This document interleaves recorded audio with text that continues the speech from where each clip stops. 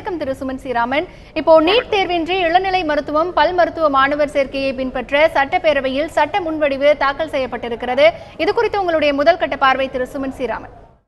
அந்த முன்வடிவுல எக்ஸாக்ட் வேர்டிங்க நான் ஒன்றும் பார்க்கல. ஆனால் அடிப்படையாக நீட் தேர்வை பொறுத்த வரைக்கும் அரசு அதுல குறிப்பிட்டிருக்கிற காரணங்கள் எல்லாமே ஏற்றுக்கொள்ளக்கூடிய காரணங்கள். ஏன் தமிழ்நாடு நீட் தேர்வு நடத்தக்கூடாது அப்படிங்க, நீட் நம்ம மாணவர்கள் பழைய முறையிலேயே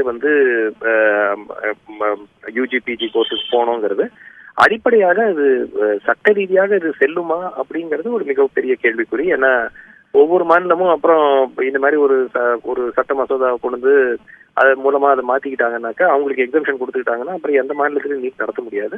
இது சட்ட ரீதியாக என்னுடைய கருத்து. பிளஸ் சட்ட வல்லுநர்களை பேசும்போது இது சட்ட ரீதியாக செல்லும் வாய்ப்பு மிகவும் குறைவு.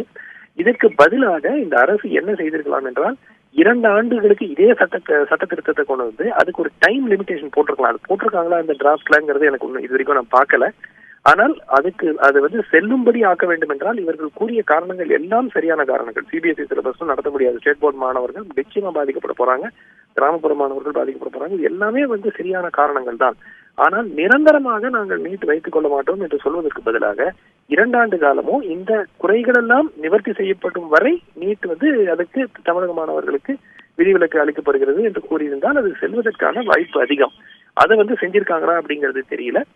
இன்னும் இது அந்த கிளாஸ் அந்த கண்டிஷனல், அதாவது இது செய்யப்படும் வரை அல்லது இல்லை 2 ஆண்டுகளுக்கோ 3 ஆண்டுகளுக்கோ விதிவிலக்கு கேட்டிருக்கலாம். அது இல்லைன்னாக்கா பெரும்பாலான வழக்கறிஞர்கிட்ட பேசும்போது அவங்க சொல்ற கருத்து இது சட்ட ரீதியாக செல்வதற்கான வாய்ப்பு இல்லை. ஜனாதிபதி கையெழுத்து போடுவாராங்கிறதே பெரிய சந்தேகம் தான்.